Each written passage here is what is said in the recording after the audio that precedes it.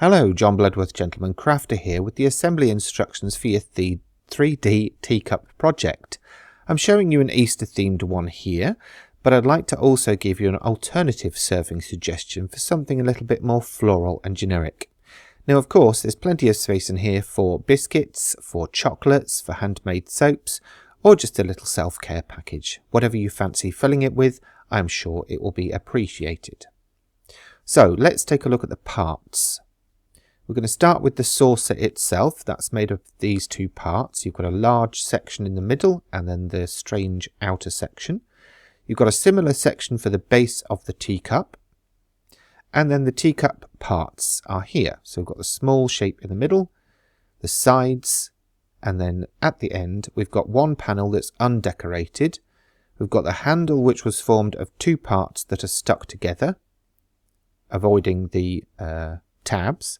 And then we've got a decorative panel with a slot cut into it. Let me just show you that handle. So you can see I've stuck the two sections together and I've left the tabs unglued so they fold out. Right, let's make a start. So I'm going to start with the undecorated panel for the side of the teacup. I'm going to grab my glue, and I'm using a bookbinding glue as always with a fine tip applicator, and I'm just going to apply glue to one of those tabs. I'll then bring the thin end in of that wedge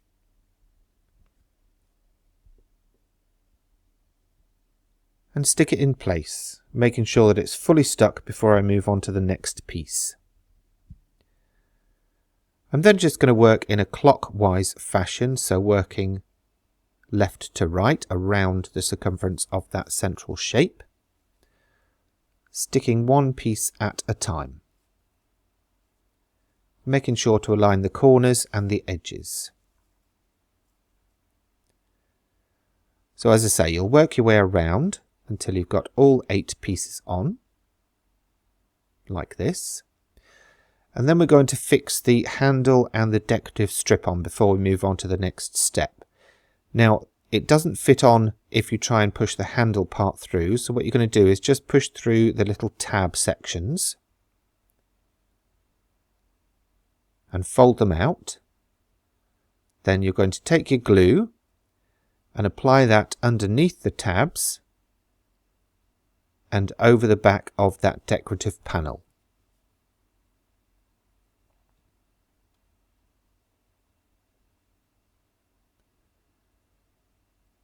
Then take that whole thing, turn it face down and stick it to that undecorated side of the cup. Now obviously, as you saw, I have pre-attached all of these decorative panels just purely because it's much easier than trying to do it after your cup is assembled.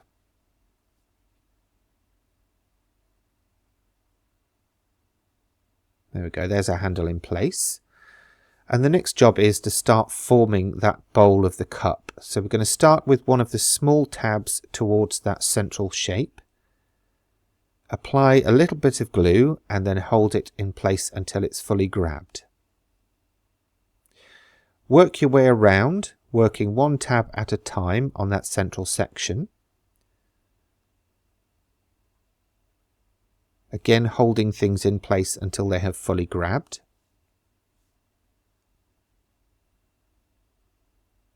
And once you have that done, you'll have something like this. So the next job is to start forming the sides. So we'll again start with one tab on one long edge. And I'm always starting where the handle is. It's just a marker for me. So it's not necessarily essential. It's just a way of working. Now you can do the top parts at the same time, just making sure they're fully grabbed before you move on to the next one. Or you could do the entire circumference of long edges and then the circumference of top edges. Either way, just make sure that you're working things and aligning them with the previous fold lines and the tabs on the next section to make sure that it all forms nice and neatly. Now for the base of the cup, we've got this shape here, which is like a semicircle with a tab on the end. And we'll apply glue to one section, or one tab. And then we're going to pick up that central piece, and we're going to put the tab against that first section nearest the tab on that semicircular section, and hold it in place until it's fully grabbed. Then you're going to work your way around one by one, making sure that everything's stuck until you move on to the next piece.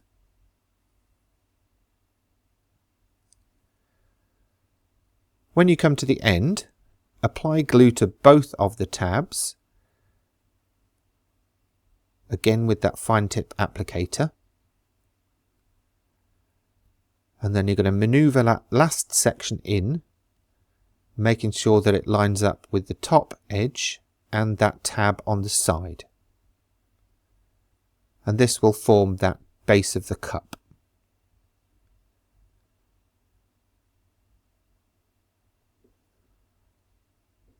Now that we have both sections, we can glue those together. I like to add a line of glue around the outside edge and then some across the center. You'll take the base and present it to the bowl. Squish it together, making sure all the points are lined up, and then you'll hold that in place until it's fully grabbed. Hold it for a bit longer than you have been doing for the side tabs, just to make sure that all areas come into contact and stick together. Now for the saucer, it's going to be very similar to the base of the cup, but we're going to put the tabs underneath. So I'll show you that. Apply glue to one of the tabs.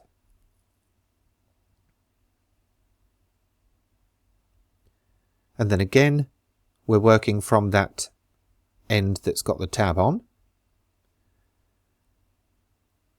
Work flat on your table and press that down until it's fully grabbed. For the next one and for subsequent tabs, you can basically just curl up the saucer rim, apply glue to the tab, and then push the next section down onto that tab, making sure to line it up with that fold line. Work your way around as we did before, and then when we come to the last section, again we're going to apply glue to both tabs, and we'll basically just nestle that last piece in, making sure to line it up with both score lines or both fold lines.